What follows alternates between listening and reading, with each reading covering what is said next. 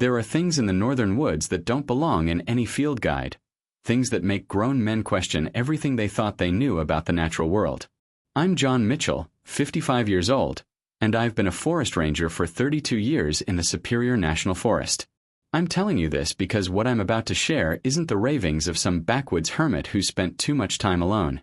This is the testimony of a man who knows these woods like the lines on his own hands, who can read tracks in snow like other men read newspapers, who understands the difference between the howl of a timber wolf and the scream of something that shouldn't exist. It was January of 1998, 23 years ago, during one of the coldest winters Minnesota had seen in decades. Temperatures hadn't risen above zero in 2 weeks, and the forest was locked in that particular kind of silence that only comes when it's too cold even for the wind. I was stationed at the northern edge of the Boundary Waters, about 40 miles from the nearest town, living in a cabin that had been ranger headquarters since the 1950s. My wife Sarah was still with me then, before everything changed, before the isolation became too much for her. She'd gone to visit her sister in Duluth for a week, and I was alone with just my dog Rex, a German Shepherd who'd been my partner on patrol for 6 years. The first sign came on a Tuesday morning. I was checking my traps, not for animals, but monitoring equipment we use to track wildlife populations. Temperature sensors, motion-activated cameras, that sort of thing. About 5 miles northeast of the cabin, near a place the old Ojibwe guides called Makwa Creek, I found something that made my blood run cold despite all my layers. The motion camera had been ripped clean off its tree, the metal mounting bracket twisted like it was made of paper. The camera itself was smashed on the frozen ground, lens shattered, housing cracked open. Around it, in the new snow from the night before, were tracks. I've seen every kind of track these woods can produce. Black bear, grizzly passing through, moose, wolves, even the occasional wolverine. These were different. They were roughly human-shaped, but enormous, at least 16 inches long, maybe more. The stride length was wrong, too long for a human, even a tall one. And there were claw marks, deep gouges in the snow and frozen earth that suggested something with immense strength and sharp talons. But what froze me in place, what made Rex whimper and press against my leg, was the pattern. Whatever made these tracks had been circling the camera for what must have been hours, round and round, like it was studying the device, trying to understand what it was. I'd heard the stories, of course. Growing up in these parts, you hear them whether you want to or not. The Ojibwe and Cree have tales going back centuries about the Wendigo, a creature of eternal hunger, born from cannibalism or dark magic, that stalks the winter forests. Most rangers laugh it off as folklore, campfire stories to scare tourists. But standing there in that clearing, looking at those impossible tracks, I remembered what old Tom Bearwalker had told me years ago when I first started this job. Some things up here are older than the treaties, older than the logging companies, older than the idea of calling this place Minnesota. Some things remember when this was all just endless forest and frozen lakes, and they don't care about the maps white men drew. I followed the tracks. I know now that was foolish, but rangers are trained to investigate, to understand our territory. The trail led deeper into the old growth, where the pines tower like cathedral pillars and the snow lies undisturbed except by the passage of deer and foxes. The temperature was dropping as the pale sun struggled through the clouds, and my breath crystallized instantly in the air. Rex was agitated, constantly looking back at me as if asking whether we really needed to continue. We'd gone maybe 2 miles when I found the second sight. It was a deer kill. A big whitetail buck. Probably 200 pounds when it was alive. But this wasn't like any predator kill I'd ever documented. The deer had been torn apart with such violence that pieces of it were scattered across a 30-foot radius. The snow was stained dark red, frozen solid. But what made my hands shake as I took out my camera wasn't the violence. Nature is violent, I understood that. It was the precision. The deer had been systematically dismembered, almost surgically. And there was something else. Strange marks on the bones, scratches that looked almost like symbols or letters, as if something intelligent had been using the skeleton as a canvas. That's when I heard it for the first time. A sound I can still hear in my nightmares, a sound that made Rex bolt despite his training, a sound that made me, a man who'd faced down charging moose and territorial bears, seriously consider running. It started as a low moan, almost human, almost like someone in terrible pain. Then it rose in pitch, becoming a shriek that seemed to come from everywhere at once, echoing off the frozen trees. And underneath it, I swear I heard something like words, like syllables in a language that hurt to listen to, that made my teeth ache and my vision blur. I ran. I'm not proud of it, but I ran. I crashed through the underbrush, following Rex's tracks back toward the cabin, my rifle clutched uselessly in my hands because how do you shoot something you can't even see? The shrieking followed us for what felt like miles, always just behind the next stand of trees, always close enough to make my spine tingle with primitive fear. We made it back to the cabin just as full darkness fell, and I barricaded the door with furniture, loaded every gun I owned, and sat awake all night with every light blazing, listening to the forest outside. That was my first encounter. That was the night my old life ended, even though I didn't know it yet. Because the thing in those woods, the thing that left those impossible tracks and made those inhuman sounds, wasn't done with me. In fact, our story was just beginning, and by the time it ended, I would understand that being hunted was only part of what happened. The truth was far more complicated, far more terrifying, and far more human than any legend could capture. Morning came with that crystalline clarity you only get after nights cold enough to crack tree bark. I hadn't slept. Rex lay by the fire, still trembling occasionally, his eyes fixed on the door. Sarah was supposed to call at 8, our regular check-in, but the phone lines were down. Probably ice on the wires, though I found myself wondering if it was something else. The radio worked, and I could have called for backup from the main ranger station, could have reported what I'd found. But reported what exactly? Strange tracks and weird sounds. They'd think the isolation was getting to me, that I was cracking under the pressure of too many winters alone in the woods. Instead, I did what rangers do. I documented. I spent the morning developing the photos I'd taken. We still used film back then, no digital cameras in every pocket. The images of the tracks came out clear, undeniable. The deer kill looked even more disturbing in black and white, the scattered remains and strange bone markings creating patterns that seemed almost intentional. I measured everything, wrote detailed notes, created a file that I told myself I'd submit to wildlife services. But I never did. Some part of me already knew that this was something that couldn't be filed away in official reports.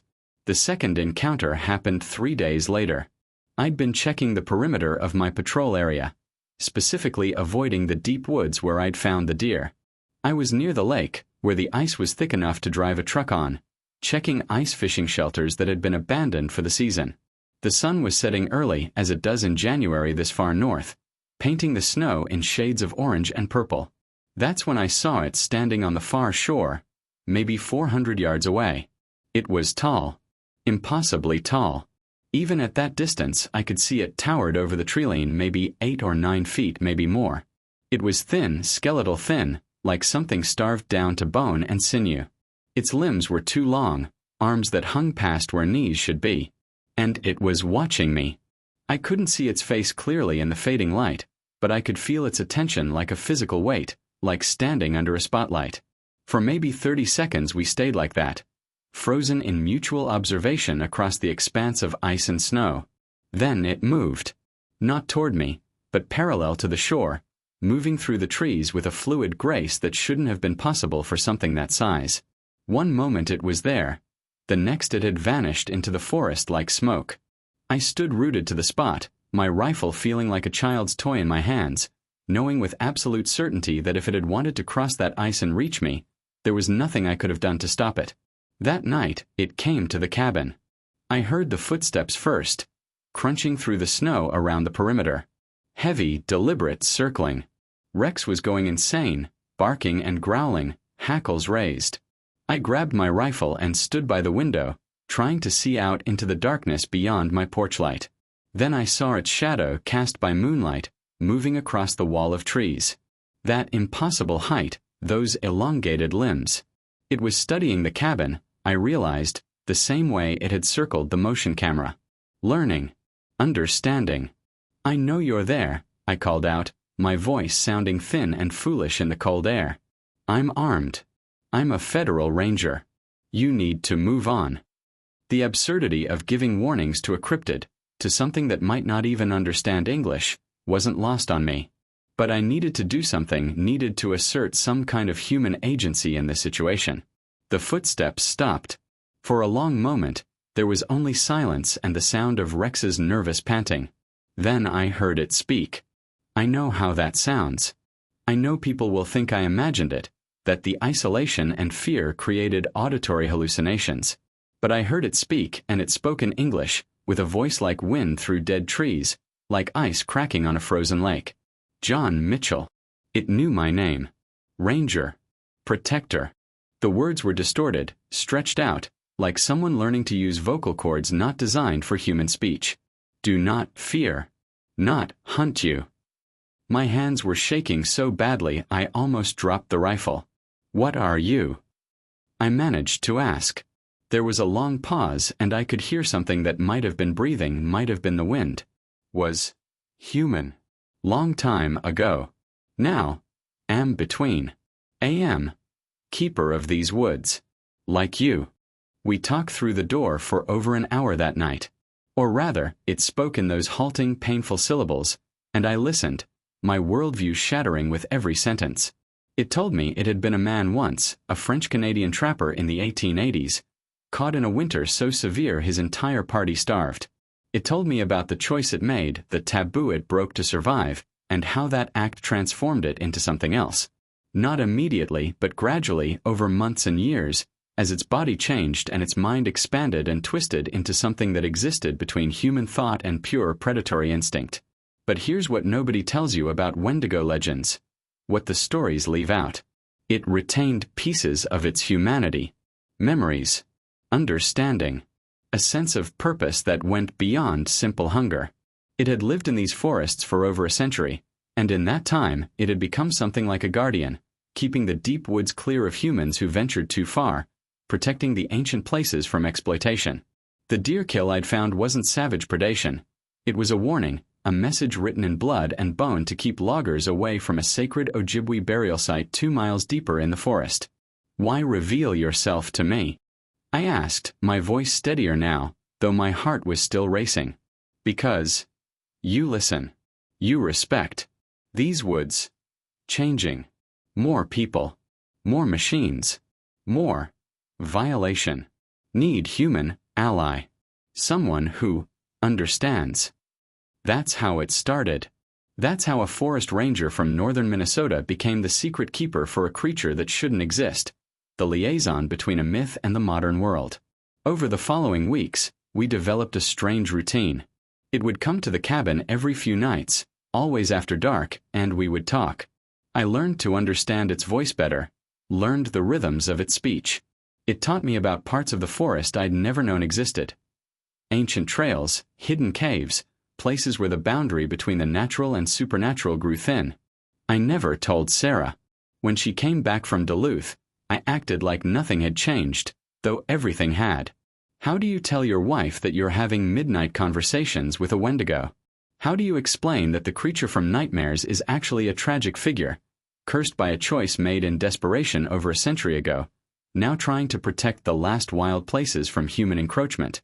The creature, it asked me to call it by its old name, Pierre, showed me things that winter. Places where developers were planning to build. Spots where poachers had set illegal traps. Evidence of pollution from distant mining operations affecting the watershed. It was using me as its hands in the human world, and I was using my authority as a ranger to protect these places through official channels. We became partners in a way. An impossible alliance between man and monster, working toward the same goal. But secrets like this, they have weight. They change you. Sarah noticed I was different, more distant, spending longer hours in the woods. My supervisor noticed I was filing unusual reports, recommending expansions of protected areas based on ecological surveys that seemed overly concerned with the deepest, most remote sections of the forest. And there were others out there, people who'd seen tracks, heard sounds, people who were asking questions. By spring, when the snow finally melted and the ice broke on the lakes, I knew our arrangement couldn't last forever. The world was closing in, technology advancing, the wilderness shrinking.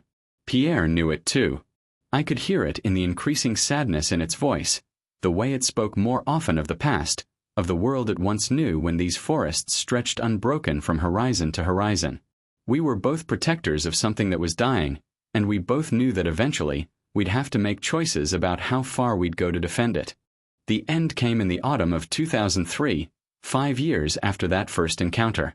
5 years of secret meetings, of protecting the deep woods through official channels while hiding the real reason for my recommendations, of lying to Sarah until she finally left me, unable to understand why her husband had become a ghost haunting his own life. 5 years of living between two worlds, belonging fully to neither. The government was planning to open a new logging sector in the eastern portion of my patrol area. Sustainable forestry, they called it, carefully managed extraction that wouldn't harm the ecosystem. But I knew better. Pierre had shown me what lay in those specific groves, old growth that had never been cut, trees that had witnessed the passage of centuries, places where the Ojibwe had held ceremonies long before Minnesota was a state. If the chainsaws came, they'd destroy something irreplaceable, and they'd expose Pierre's deepest sanctuary, the cave system where it spent its days, where it tried to hold onto the fragments of its humanity. I fought it through official channels first. Filed environmental impact reports, requested archaeological surveys, citing Native American heritage concerns. But the contracts had been signed, the money allocated. My supervisor called me into his office in Grand Rapids and told me, kindly but firmly, that I needed to approve the logging plan or step aside. I was getting a reputation as difficult, he said. People were worried about me. Maybe I'd spent too long in isolation.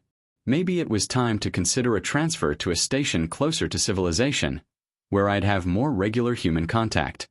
I went back to the cabin that night knowing I had to make a choice. Protect Pierre and lose my career, or protect my career and condemn a sentient being, however strange, however transformed, to discovery and inevitable destruction. Because that's what would happen. Once the loggers found the cave, once they saw what lived there, they'd call in hunters, scientists, the military. Pierre would become a specimen, a thing to be studied or eliminated. The creature that had taught me to see these woods not as resources to be managed, but as a living, sacred entity with its own rights to existence would die in a cage or a laboratory. Pierre came to the cabin that night without being called. It stood in the trees beyond my porch, its massive form barely visible in the darkness. "You are troubled," it said, its voice carrying that note of something almost like compassion. I told it everything. The logging plans, the timeline, the impossibility of stopping it legally.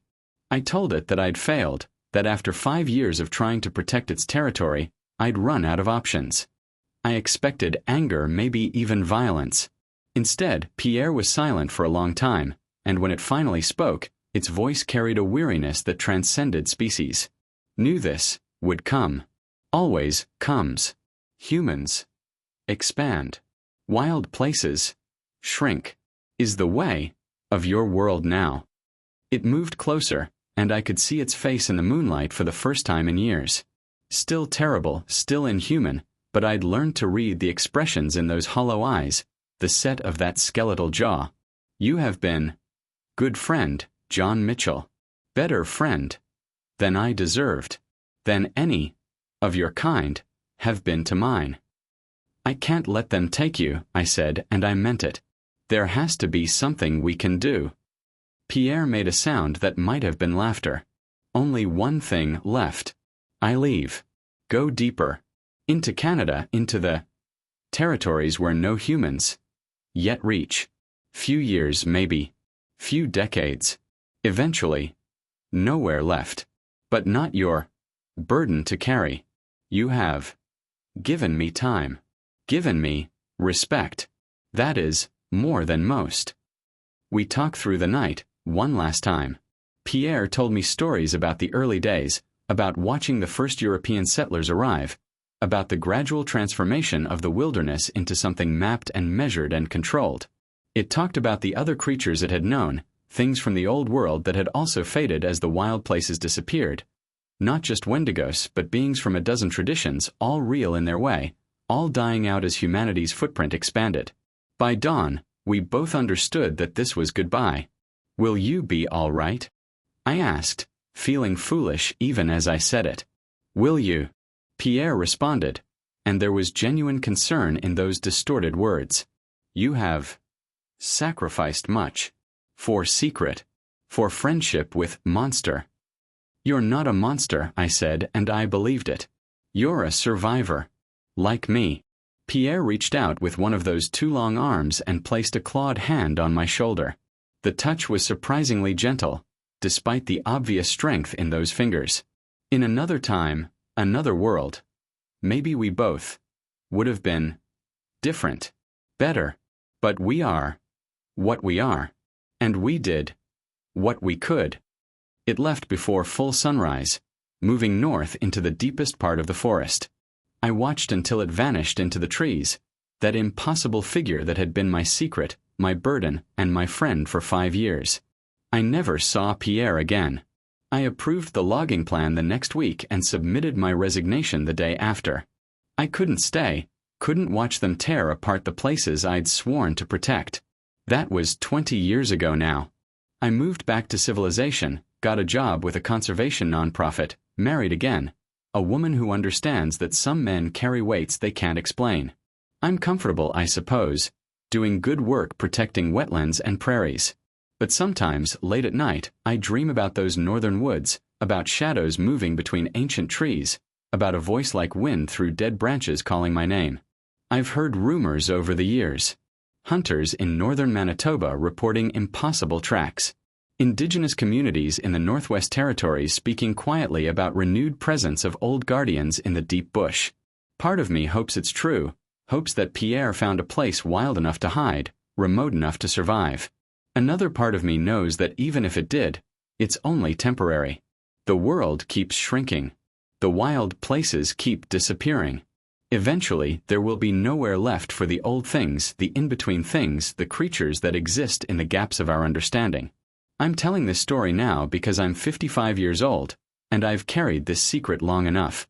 Because people need to know that when we talk about protecting wilderness, we're not just talking about trees and wolves and scenic vistas. We're talking about preserving spaces for things we don't understand, things that challenge our assumptions about what's real and what's possible. We're talking about maintaining a world with room for mystery, for the unexplained, for the sacred. The Algonquian peoples have always known this. Their stories about the Wendigo weren't just cautionary tales about cannibalism and greed. They were recognition that there are beings in this world that exist on boundaries, between human and animal, between natural and supernatural, between the understood and the unknowable. And those beings, like the places they inhabit, deserve protection, deserve respect, deserve the chance to exist on their own terms, not as specimens or threats or tourist attractions, but as legitimate parts of a world far stranger and more complex than we usually admit. I don't know if Pierre is still out there. I don't know if any of them are. But I know that every time a forest falls to development, every time we pave over wild land, every time we push deeper into the last remote places, we're not just losing habitat for bears and eagles. We're losing the spaces where the impossible can still exist, where a creature from legend can live out its cursed existence in something approaching peace, where a man and a monster can find common ground in their love for a dying wilderness. That's what happened to me in those woods. I wasn't just hunted by a Wendigo. I was befriended by one. And in learning to see it as something other than a monster, I learned to see these wild places as something other than resources waiting to be exploited.